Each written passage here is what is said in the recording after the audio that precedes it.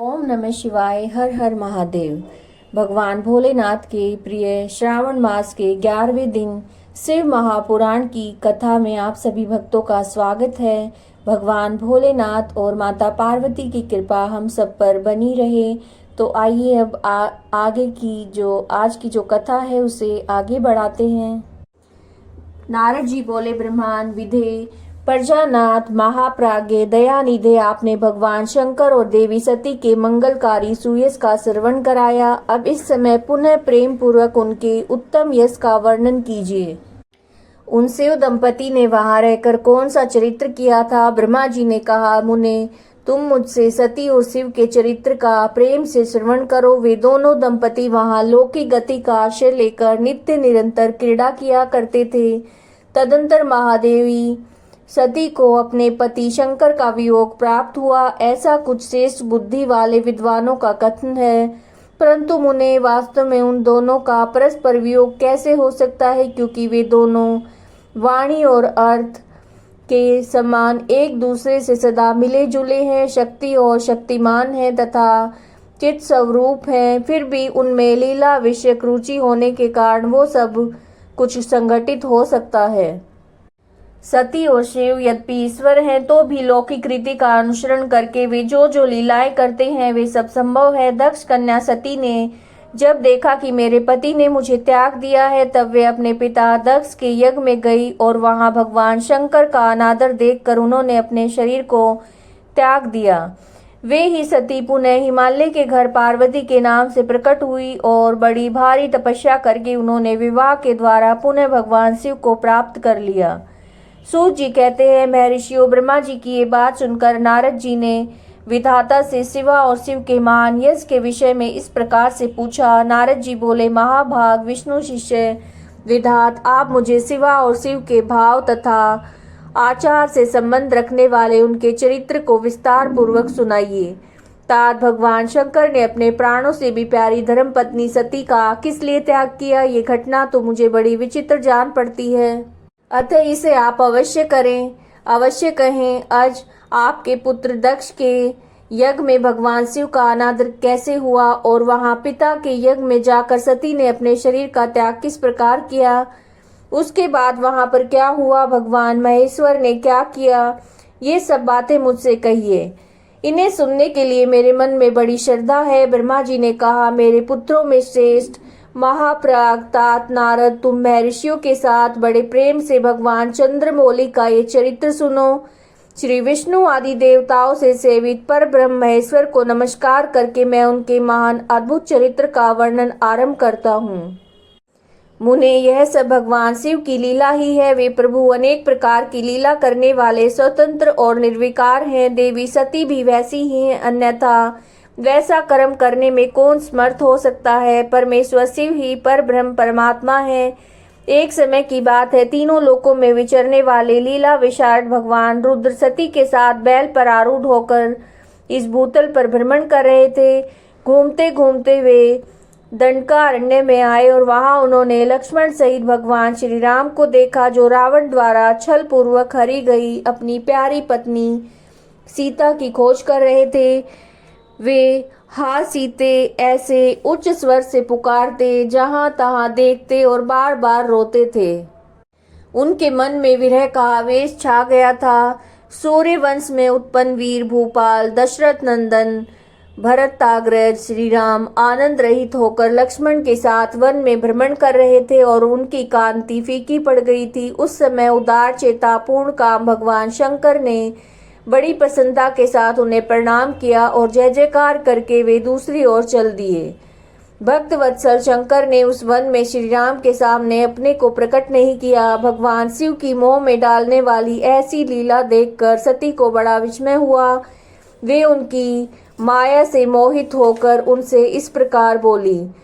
सती ने कहा, देव देव सर्वेश पर ब्रह्म परमेश्वर ब्रह्मा विष्णु आदि सब देवता आपकी सदा सेवा करते हैं। आप ही सबके द्वारा प्रणाम करने योग्य हैं। सबको आपका ही सर्वदा सेवन और ध्यान करना चाहिए। वेदांत शास्त्र के द्वारा यत्न पूर्वक जानने योग्य निर्विकार परम प्रभु आप ही हैं। नाथ, ये दोनों पुरुष कौन हैं? इनकी आकृति विरह व्यथा से व्याकुल दिखाई देती है। ये दोनों धनुर्धर वीर वन में विचरते हुए कलेश के भागी और दीन हो रहे हैं। इनमें जो ज्येष्ठ है उसकी अंग कांति नील कमल के समान श्याम है। उसे देखकर किस कारण से आप आनंद विभोर हो उठे थे? आपका चित्त क्यों अत्यंत प्रसन्न हो गया है? आप इस समय भक्त के समान विनम्र क्यों हो गए थे? स्वामिन कल्याणकारी शिव, आप मेरे संशय को सुने। प्रभु सेव्य स्वामी अपने सेवक को प्रणाम करे, ये उचित नहीं जान पड़ता।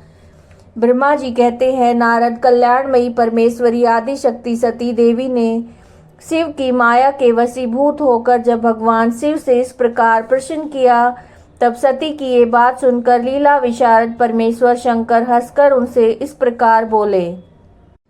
परमेश्वर ने कहा, देवी सुनो, मैं प्रसन्नता पूर्वक यथार्थ बात कहता हूँ, इसमें छल नहीं है। वरदान के प्रभाव से ही मैंने इन्हें आदर पूर्वक प्रणाम किया है। प्रिय, ये दोनों भाई वीरों द्वारा सम्मानित है। इनके नाम श्री राम और लक्ष्मण हैं। इनका प्राकट्य सूर्य वंश में हुआ है। ये दोनों राजा दशरथ के विद्वान पुत्र हैं। इनमें जो गोरे रंग के छोटे बंधु हैं वे साक्षात शेष के अंश हैं। उनका नाम लक्ष्मण है। इनके बड़े भैया का नाम श्री राम है। इनके रूप में भगवान विष्णु ही अपने संपूर्ण अंश में प्रकट हुए हैं। उपद्रव इनसे दूर ही रहते हैं। ये साधु पुरुषों की रक्षा और हम लोगों के कल्याण के लिए इस पृथ्वी पर अवतीर्ण हुए हैं। ऐसा कहकर सृष्टिकर्ता भगवान शंभु चुप हो गए। भगवान शिव की ऐसी बात सुनकर भी सती के मन में इस पर विश्वास नहीं हुआ। क्यों न हो, भगवान शिव की माया बड़ी प्रबल है, संपूर्ण त्रिलोकी को मोह में डाल देने वाली है। सती के मन में मेरी बात पर विश्वास नहीं, ऐसा जानकर लीला विशारद प्रभु सनातन शंभु यूं बोले। शिव ने कहा, देवी मेरी बात सुनो, यदि तुम्हारे मन में मेरे कथन पर विश्वास नहीं है तो तुम वहां जाकर अपनी बुद्धि से श्री राम की परीक्षा कर लो। प्यारी सती, जिस प्रकार तुम्हारा मोह या भ्रम नष्ट हो जाए वह करो। तुम वहां जाकर परीक्षा करो, तब तक मैं इस बरगद के नीचे खड़ा हूँ। ब्रह्मा जी कहते हैं, नारद, भगवान शिव की आज्ञा से ईश्वरी सती वहां गई और मन ही मन यह सोचने लगी कि मैं वनचारी राम की कैसे परीक्षा करूं। अच्छा, मैं सीता का रूप धारण करके राम के पास चलूं। यदि राम साक्षात विष्णु हैं तब तो सब कुछ जान लेंगे, अन्यथा वे मुझे नहीं पहचानेंगे। ऐसा विचार करके सती सीता बनकर श्री राम के समीप उनकी परीक्षा लेने को गई। वास्तव में वे मोह में पड़ गई थी। सती को सीता के रूप में सामने आई देखकर शिव का जप करते हुए रघुकुल नंदन श्री राम सब कुछ जान गए और हंसते हुए उन्हें नमस्कार करके बोले। श्री राम ने पूछा, सती जी आपको नमस्कार है। आप प्रेम पूर्वक बताए कि भगवान शंभु कहाँ गए हैं? आप पति के बिना अकेले इस वन में क्यों कर आई हैं? देवी, आपने अपना रूप त्याग कर किस लिए ये नूतन रूप धारण किया है? मुझ पर कृपा करके इसका कारण बताइए। श्री रामचंद्र जी की ये बात सुनकर सती उस समय आश्चर्यचकित हो गई और शिव जी की कही हुई बात का स्मरण करके और उसे यथार्थ समझकर बहुत लज्जित हुई। श्री राम को साक्षात विष्णु जानकर अपने रूप को प्रकट करके मन ही मन भगवान शिव के चरणारविंदों का चिंतन करके प्रसन्नचित हुई सती उनसे इस तरह से बोली। रघुनंदन, स्वतंत्र परमेश्वर भगवान शिव मेरे तथा अपने पार्षदों के साथ पृथ्वी पर भ्रमण करते हुए इस वन में आ गए थे। यहाँ उन्होंने सीता की खोज में लगे हुए लक्ष्मण सहित तुमको देखा। उस समय सीता के लिए तुम्हारे मन में बड़ा क्लेश था। तुम विरह शोक से पीड़ित दिखाई देते थे। उस अवस्था में तुम्हें प्रणाम करके वे चले गए और उस वट वृक्ष के नीचे अभी खड़े ही हैं। भगवान शिव बड़े आनंद के साथ तुम्हारे वैष्णव रूप की उत्कृष्ट महिमा का गान कर रहे थे। यद्यपि उन्होंने तुम्हें चतुर्भुज विष्णु के रूप में नहीं देखा था, तो भी तुम्हारा दर्शन करते ही वो आनंद विभोर हो गए। इस निर्मल रूप की ओर देखते हुए उन्हें बड़ा आनंद प्राप्त हुआ। इस विषय में मेरे पूछने पर भगवान शंभु ने जो बात कही उसे सुनकर मेरे मन में भ्रम उत्पन्न हो गया। अतः राघवेंद्र, मैंने उनकी आज्ञा लेकर तुम्हारी परीक्षा की है। श्री राम, अब मुझे ज्ञात हो गया है कि तुम साक्षात विष्णु हो। तुम्हारी सारी प्रभुता मैंने अपनी आंखों से देख ली। अब मेरा संशय दूर हो गया। तो भी महामते, तुम मेरी बात सुनो। मेरे सामने ये सच सच बताओ कि भगवान शिव के भी वंदनीय कैसे हो गए। मेरे मन में यही एक संदेह है, इसे निकाल दो। शीघ्र ही मुझे पूर्ण शांति प्रदान करो। सती का ऐसा वचन सुनकर श्री राम के नेत्र पर फूल कमल के समान खिल उठे। उन्होंने मन ही मन अपने प्रभु भगवान शिव का स्मरण किया। इससे उनके हृदय में प्रेम की बाढ़ आ गई। मुने आज्ञा न होने के कारण वे सती के साथ भगवान शिव के निकट नहीं गए तथा मन ही मन उनकी महिमा का वर्णन करके श्री रघुनाथ जी ने सती से कहना आरंभ किया। श्री राम बोले, देवी, प्राचीन काल में एक समय परम श्रेष्ठा भगवान शंभु ने अपने परात्पर धाम में विश्वकर्मा को बुलाकर उनके द्वारा अपनी गौशाला में एक रमणीय भवन बनवाया जो बहुत ही विस्तृत था। उसमें एक श्रेष्ठ सिंहासन का निर्माण कराया। उस सिंहासन पर भगवान शंकर ने विश्वकर्मा द्वारा एक छत्र बनवाया जो दिव्य और सदा के लिए अद्भुत और परम उत्तम था। तत्पश्चात उन्होंने सब ओर से इंद्र आदि देवगणों, सिद्धों, गंधर्वों, नाग आदि को तथा संपूर्ण उपदेवों को भी शीघ्र वहां बुलवाया। समस्त वेदों और आगमों को, पुत्रों सहित ब्रह्मा जी को, मुनियों तथा अप्सराओं सहित समस्त देवियों को जो नाना प्रकार की वस्तुओं से संपन्न थी, आमंत्रित किया। इनके सिवा देवताओं, ऋषियों, सिद्धों और नागों की 16 कन्याओं को भी बुलवाया जिनके हाथों में मांगलिक वस्तुएं थी। मुने वीणा, मृदंग आदि नाना प्रकार के वाद्यों को बजवाकर सुंदर गीतों द्वारा महान उत्सव रचाया और संपूर्ण औषधियों के साथ राज्याभिषेक के योग्य द्रव्य एकत्रित किए। प्रत्येक तीर्थों के जलों से भरे हुए 5 कलश भी मंगवाए। इसके सिवा और भी बहुत सी दिव्य सामग्रियों को भगवान शंकर ने अपने पार्षदों द्वारा मंगवाया और उच्च स्वर से वेद मंत्रों का घोष करवाया। देवी, भगवान विष्णु की पूर्ण भक्ति से महेश्वर सदा प्रसन्न रहते हैं, इसलिए उन्होंने प्रीति युक्त हृदय से श्री हरि को बैकुंठ से बुलवाया और शुभ मुहूर्त में श्री हरि को श्रेष्ठ सिंहासन पर बिठाकर महादेव ने स्वयं प्रेम पूर्वक उन्हें सभी प्रकार के आभूषणों से विभूषित किया। उनके मस्तक पर मनोहर मुकुट बांधा गया और उनसे मंगल कौतुक कराए गए। यह सब हो जाने के बाद महेश्वर ने स्वयं ब्रह्मांड मंडप में श्री हरि का अभिषेक किया और उन्हें अपना सारा ऐश्वर्य प्रदान किया जो दूसरों के पास नहीं था। तदंतर स्वतंत्र ईश्वर भक्तवत्सल शंभु ने श्री हरि का सत्वन किया और अपनी पराधीनता को सर्वत्र प्रसिद्ध करते हुए वे लोककर्ता ब्रह्मा से इस प्रकार बोले। महेश्वर ने कहा, लोकेश, आज से मेरी आज्ञा के अनुसार ये विष्णु हरि स्वयं मेरे वंदनीय हो गए हैं। इस बात को सभी सुन रहे हैं। तात संपूर्ण देवता आदि के साथ इन श्री हरि को प्रणाम करो।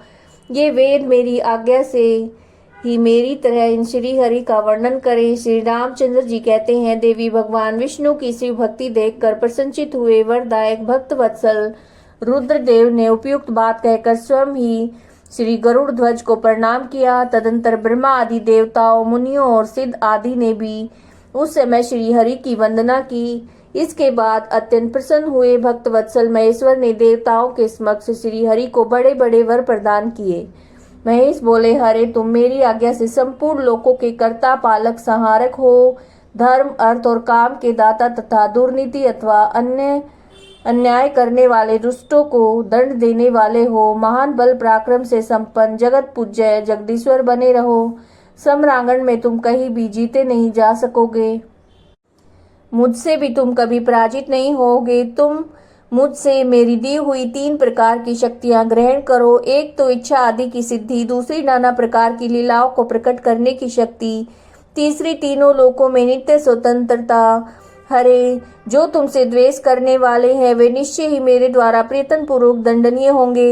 विष्णु, मैं तुम्हारे भक्तों को उत्तम मोक्ष प्रदान करूंगा। तुम इस माया को भी ग्रहण करो जिसका निवारण करना देवता आदि के लिए कठिन है, जिससे मोहित होने पर यह विश्व जड़ रूप हो जाएगा।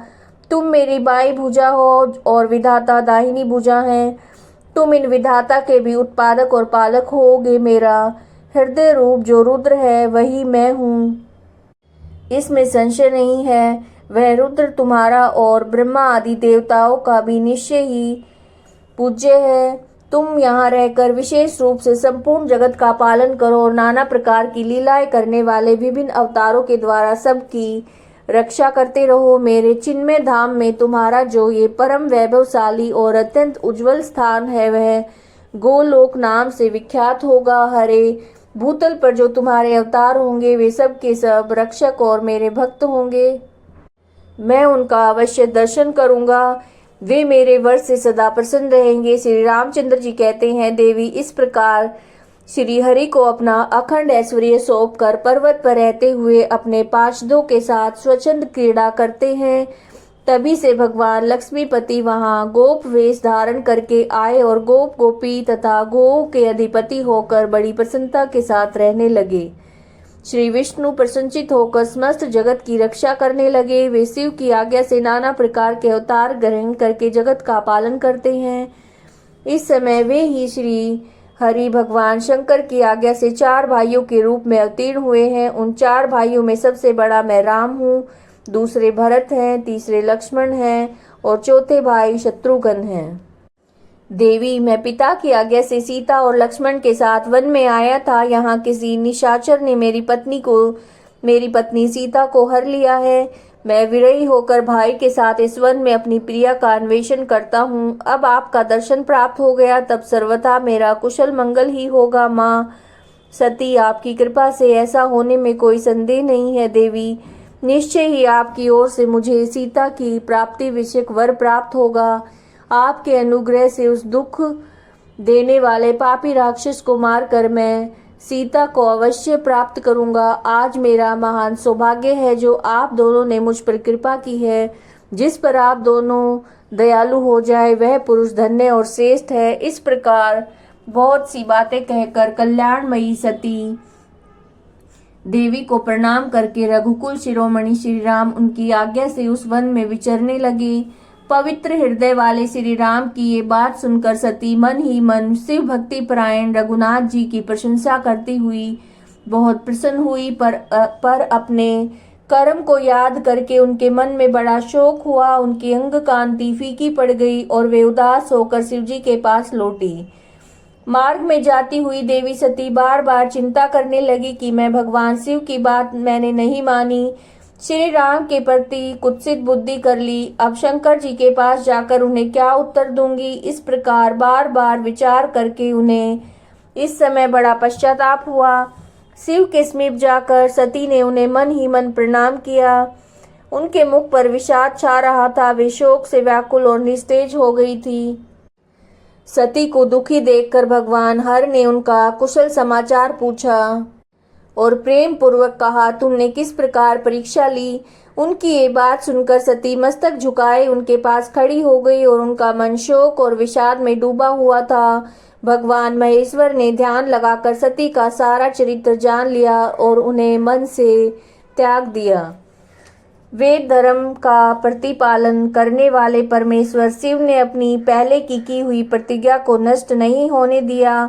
सती का मन से त्याग करके वे अपने निवास भूत कैलाश पर्वत पर चले गए और मार्ग में महेश्वर और सती को सुनाते हुए आकाशवाणी बोली, परमेश्वर तुम धन्य हो, तुम्हारी ये प्रतिज्ञा भी धन्य है। तीनों लोकों में तुम्हारे जैसा महायोगी और महाप्रभु दूसरा कोई नहीं है। वह आकाशवाणी सुनकर देवी सती की कांति फीकी पड़ गई। उन्होंने भगवान शिव से पूछा, नाथ मेरे परमेश्वर, आपने कौन सी प्रतिज्ञा की है, बताइए। सती के इस प्रकार पूछने पर भी उनका हित चाहने वाले प्रभु ने पहले अपने विवाह के विषय में भगवान विष्णु के सामने जो प्रतिज्ञा की थी उसे नहीं बताया।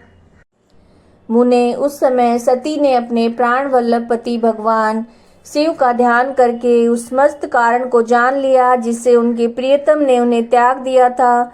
शंभु ने मेरा त्याग कर दिया। इस बात को जानकर दक्ष कन्या सती शीघ्र ही अत्यंत शोक में डूब गई और बार बार सिसकने लगी। सती के मनोभाव को जानकर शिव ने उनके लिए जो प्रतिज्ञा की थी उसे गुप्त ही रखा और वे दूसरी बहुत सी कथाएं कहने लगे। नाना प्रकार की कथाएं कहते हुए वे सती के साथ कैलाश पर जा पहुँचे और श्रेष्ठ आसन पर स्थित होकर चित्तवृत्तियों के निरोध पूर्वक समाधि लगाकर अपने स्वरूप का ध्यान करने लगे। सती मन में अत्यंत विषाद लेकर अपने उस धाम में रहने लगी। मुने शिवा और शिव के इस चरित्र को कोई नहीं जानता। महामुने स्वेच्छा से शरीर धारण करके लोक लीला का अनुसरण करने वाले उन दोनों प्रभुओं का इस प्रकार वहां रहते हुए दीर्घ काल व्यतीत हो गया। तत्पश्चात उत्तम लीला करने वाले महादेव जी ने ध्यान तोड़ा। यह जानकर जगदम्बा सती वहां आई और उन्होंने व्यथित हृदय से शिव के चरणों में प्रणाम किया। उदार चेता शंभु ने उन्हें अपने सामने बैठने के लिए आसन दिया और बड़े प्रेम से बहुत सी मनोरम कथाएं कही। उन्होंने वैसी ही लीला करके सती के शोक को तत्काल दूर कर दिया। वे पूर्ववत सुखी हो गई। फिर भी शिव ने अपनी प्रतिज्ञा को नहीं छोड़ा। तात परमेश्वर शिव के विषय में ये कोई आश्चर्य की बात नहीं समझनी चाहिए। मुनि लोग शिवा और शिव की ऐसी ही कथा कहते हैं। कुछ मनुष्य उन दोनों में वियोग मानते हैं, परंतु उनमें वियोग कैसे संभव है? शिवा और शिव के चरित्र को वास्तविक रूप से कौन जानता है? वे दोनों सदा अपनी इच्छा से खेलते और भांति भांति की लीलाएं करते हैं। सती और शिव वाणी और अर्थ की भांति एक दूसरे से नित्य संयुक्त हैं। उन दोनों में वियोग होना असंभव है। उनकी इच्छा से ही उनमें लीला वियोग हो सकता है। ब्रह्मा जी कहते हैं, नारद पूर्व काल में समस्त महात्मा मुनि प्रयाग में एकत्र हुए थे। वहां सम्मिलित हुए उन सब महात्माओं का विधि विधान से एक बहुत बड़ा यज्ञ हुआ। उस यज्ञ में सनकादि सिद्धगण, देव ऋषि, प्रजापति, देवता, ब्रह्म का साक्षात्कार करने वाली ज्ञानी भी पधारे थे। मैं भी मूर्तिमान महातेजस्वी निगमों और आगमों से युक्त होकर सह परिवार वहां गया था। अनेक प्रकार के उत्सवों के साथ वहां उनका विचित्र समाज जुटा था। नाना शास्त्रों के संबंध में ज्ञान चर्चा और वाद विवाद हो रहे थे। मुने उसी अवसर पर सती और पार्षदों के साथ त्रिलोक हितकारी सृष्टिकर्ता एवं सबके स्वामी भगवान रुद्र भी वहां पहुंचे। भगवान शिव को आया देखकर संपूर्ण देवताओं, सिद्धों और मुनियों ने और मैंने भी भक्ति भाव से उन्हें प्रणाम किया और उनकी स्तुति की।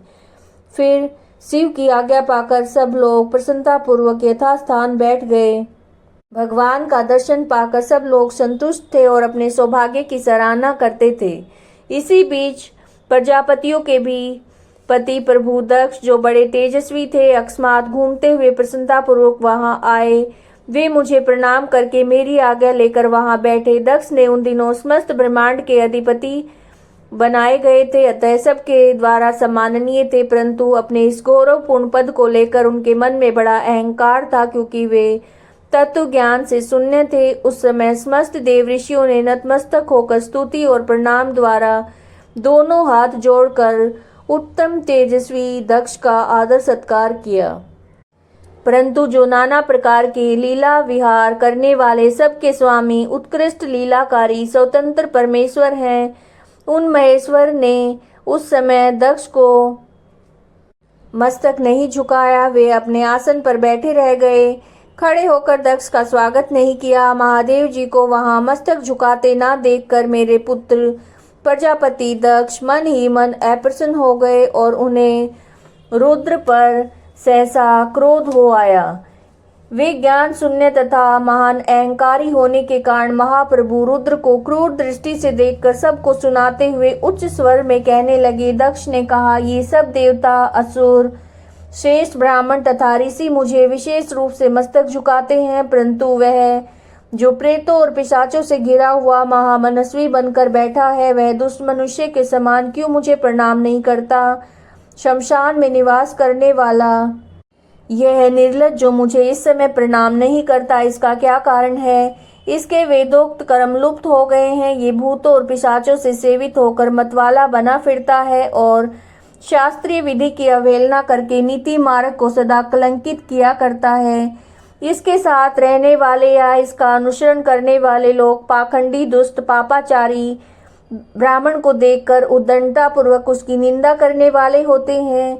ये स्वयं ही स्त्री में आसक्त रहने वाला रति कर्म में ही दक्ष है, अतः मैं शाप देने को उद्यत हुआ हूँ। ये रुद्र चारों वर्णों से पृथक और कुरूप है, इसे यज्ञ से बहिष्कृत कर दिया जाए। ये शमशान में निवास करने वाला उत्तम कुल और जन्म से हीन है, इसलिए देवताओं के साथ यह यज्ञ में भाग ना पाए। ब्रह्मा जी कहते हैं, नारद दक्ष की कही हुई बात सुनकर भृगु आदि बहुत से महर्षि रुद्रदेव को दुष्ट मानकर देवताओं के साथ उनकी निंदा करने लगे। दक्ष की बात सुनकर नंदी को बड़ा रोष हुआ और उनके नेत्र चंचल हो उठे और वे दक्ष को शाप देने के विचार से तुरंत इस प्रकार बोले। नंदीश्वर ने कहा, अरे मूढ़ दुष्ट बुद्धि शठ दक्ष, तूने मेरे स्वामी महेश्वर को यज्ञ से बहिष्कृत क्यों कर दिया? जिनके स्मरण मात्र से यज्ञ सफल और तीर्थ पवित्र हो जाते हैं, उन्हीं महादेव जी को तूने शाप कैसे दे दिया? दुर्बुद्धि दक्ष, तूने ब्राह्मण जाति की चपलता से प्रेरित होकर इन रुद्रदेव को व्यर्थ ही शाप दे डाला है। महाप्रभु रुद्र सर्वथा निर्दोष हैं, तथापि तूने व्यर्थ ही उनका उपहास किया है। ब्राह्मणा अधम, जिन्होंने इस जगत की सृष्टि की है, जो इसका पालन करते हैं और अंत में जिनके द्वारा संहार होगा, उन्हीं इन महेश्वर रूप को तूने शाप कैसे दे दिया? नंदी के इस प्रकार फटकारने पर प्रजापति दक्ष रोष से आग बबूला हो गए और उन्हें शाप देते हुए बोले, अरे रुद्रगणों, तुम सब लोग वेद से बहिष्कृत हो जाओ, वैदिक मार्ग से भ्रष्ट और महर्षियों द्वारा परित्यक्त होकर पाखंडवाद में लग जाओ और शिष्टाचार से दूर रहो। सिर पर जटा और शरीर में भस्म, हड्डियों के आभूषण धारण करके मद्यपान में आसक्त रहो। जब दक्ष ने शिव के पार्षदों को इस प्रकार शाप दे दिया, तब उस शाप को सुनकर शिव के प्रिय भक्त नंदी अत्यंत रोष से वशीभूत हो गए और सिलार पुत्र नंदी ने भगवान शिव के प्रिय पार्षद और तेजस्वी हैं, वे गर्व से भरे हुए महादुष्ट दक्ष को तत्काल इस प्रकार उत्तर देने लगे। नंदीश्वर बोले, अरे शठ दुर्बुद्धि दक्ष, तुझे शिव के तत्व का बिल्कुल ज्ञान नहीं है। तूने शिव के पार्षदों को व्यर्थ ही शाप दिया है। अहंकारी दक्ष, जिनके चित्त में दुष्टता भरी है, उन भृगु आदि ने भी ब्राह्मणत्व के अभिमान में आकर महाप्रभु महेश्वर का उपहास किया है। अतः यहाँ जो भगवान रुद्र से विमुख तुझ जैसे दुष्ट ब्राह्मण विद्यमान हैं, उनको मैं रुद्र तेज के प्रभाव से शाप दे रहा हूँ। तुझ जैसे ब्राह्मण कर्म फल के प्रशंसक वेदवाद में फंसकर वेद के तत्व ज्ञान से शून्य हो जाएं। वे ब्राह्मण सदा भोग में और तन में रहकर स्वर्ग को ही सबसे बड़ा पुरुषार्थ मानते हुए स्वर्ग से बढ़कर कोई दूसरी वस्तु नहीं है ऐसा कहते रहें। क्रोध, लोभ और मद से युक्त होकर निर्लज भिक्षुक बने रहें। कितने ही ब्राह्मण वेद मार्ग को सामने रखकर शूद्रों का यज्ञ कराने वाले और दरिद्र होंगे, सदा दान लेने में लगे रहेंगे। दूषित दान ग्रहण करने के कारण वे सब के सब नरकगामी होंगे। दक्ष, उनमें से कुछ ब्राह्मण तो ब्रह्म राक्षस होंगे, जो परमेश्वर शिव को सामान्य देवता समझकर उनसे द्रोह करता है। वह दुष्ट बुद्धि वाला प्रजापति दक्ष तत्व ज्ञान से विमुख हो जाए। ये विषय सुख की इच्छा से कामना रूपी कपट से युक्त धर्म वाले गृहस्थ आश्रम में आसक्त रहकर कर्म कांड का तथा कर्म फल की प्रशंसा करने वाले सनातन वेदवाद का ही विस्तार करता रहे। इसका आनंददायी मुख नष्ट हो जाए, ये आत्मज्ञान को भूलकर पशु के समान हो जाए। ये दक्ष कर्म भ्रष्ट होकर शीघ्र ही बकरे के मुख से युक्त हो जाए। इस प्रकार कुपित हुए नंदी ने जब ब्राह्मणों को और दक्ष ने महादेव जी को शाप दिया, तब वहां महान हाहाकार मच गया। नारद, मैं वेदों का प्रतिपादक होने के कारण शिव तत्व को जानता हूँ, इसलिए दक्ष का वह शाप सुनकर मैं बार बार उसकी तथा भृगु आदि ब्राह्मणों की निंदा की। सदाशिव महादेव जी भी नंदी की ये बात सुनकर हंसते हुए मधुर वाणी में बोले। वे नंदी को समझाने लगे। सदाशिव ने कहा, नंदिन, मेरी बात सुनो। तुम तो परम ज्ञानी हो, तुम्हें क्रोध नहीं करना चाहिए। तुमने भ्रम से यह समझकर कि मुझे शाप दिया गया, व्यर्थ ही ब्राह्मण कुल को शाप दे डाला है। वास्तव में मुझे किसी का शाप छू भी नहीं सकता, अतः तुम्हें उत्तेजित नहीं होना चाहिए। वेद मंत्राक्षर में और सूक्त में है, उसके प्रत्येक सूक्त में समस्त देहधारियों के आत्मा परमात्मा प्रतिष्ठित हैं। अतः मंत्रों के ज्ञाता नित्य आत्मवेता हैं, इसलिए तुम रोषवश उन्हें शाप न दो। किसी की बुद्धि कितनी दूषित क्यों न हो, वह कभी वेदों को शाप नहीं दे सकता। इस समय मुझे शाप नहीं मिला है, इस बात को तुम्हें ठीक ठाक समझना चाहिए। महामते, तुम सनकादिक सिद्धों को भी तत्व ज्ञान का उपदेश देने वाले हो, अतः शांत हो जाओ। मैं ही यज्ञ हूँ, मैं ही यज्ञ कर्म हूँ। यज्ञों के अंगभूत समस्त उपकरण भी मैं ही हूँ। यज्ञ की आत्मा मैं हूँ, यज्ञ प्रायण यजमान भी मैं हूँ और यज्ञ से बहिष्कृत भी मैं ही हूँ। ये कौन, यह कौन, तुम कौन और ये कौन, वास्तव में सब मैं ही हूँ।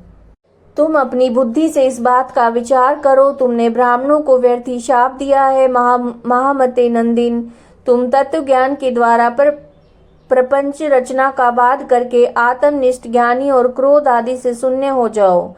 ब्रह्मा जी कहते हैं, नारद भगवान शंभु के इस प्रकार समझाने पर नंदिकेश्वर विवेक प्रायण होकर क्रोध रहित और शांत हो गए। भगवान शिव भी अपने प्राण प्रिय पार्षद नंदी को शीघ्र ही तत्व का बोध कराकर परमत गणों के साथ वहां से प्रसन्नता पूर्वक अपने स्थान को चल दिए।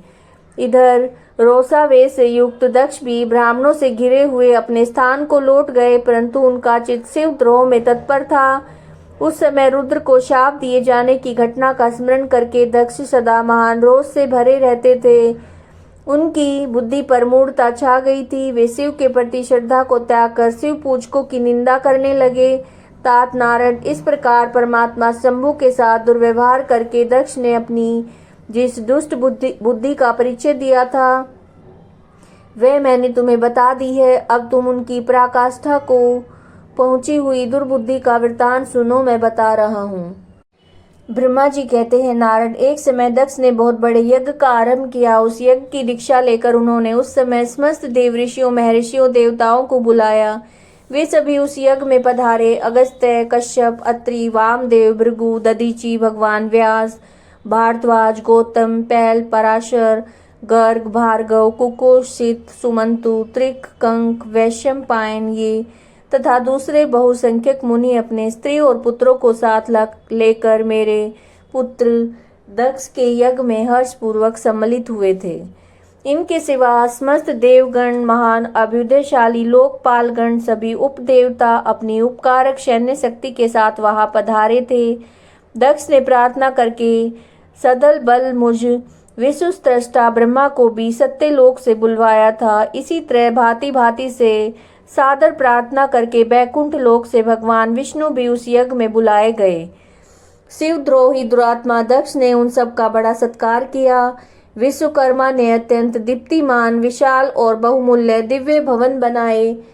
दक्ष ने वे ही भवन समागत अतिथियों को ठहरने के लिए दिए। सभी लोग सम्मानित होकर उन संपूर्ण भवनों में यथा योग्य स्थान पाकर ठहरे हुए थे। दक्ष का वो महायज्ञ उस समय कनखल नामक तीर्थ में हो रहा था। उसमें दक्ष ने भृगु आदि तपोधनों को ऋत्विज बनाया। संपूर्ण मरुदगणों के साथ स्वयं भगवान विष्णु उसके अधिष्ठाता थे। वेद त्रयी की विधि को दिखाने या बताने वाला ब्रह्मा बना। इसी तरह संपूर्ण दिक्पाल अपने आयुधों और परिवारों के साथ द्वारपाल एवं रक्षक बने और सदा कौतूहल पैदा करते थे। स्वयं यज्ञ सुंदर रूप धारण करके दक्ष के उस यज्ञ में मंडल में उपस्थित था। महामुनियों ने शेष सभी महर्षि स्वयं वेदों के धारण करने वाले हुए। अग्नि ने भी उस यज्ञ महोत्सव में शीघ्र ही हविष्य ग्रहण करने के लिए अपने सहस्त्रों रूप प्रकट किए। वहां 88,000 ऋत्विज एक साथ हवन करते थे। 64,000 देव ऋषि उद्गाता थे।